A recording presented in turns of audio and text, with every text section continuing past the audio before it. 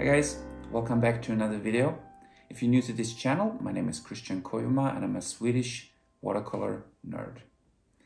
I'm really excited about today's video. I'm gonna do something that I haven't done before, and that is I'm gonna try to paint a watercolor that I did a while back ago, and I'm gonna do it with my new skills, and hopefully it's gonna be a better version.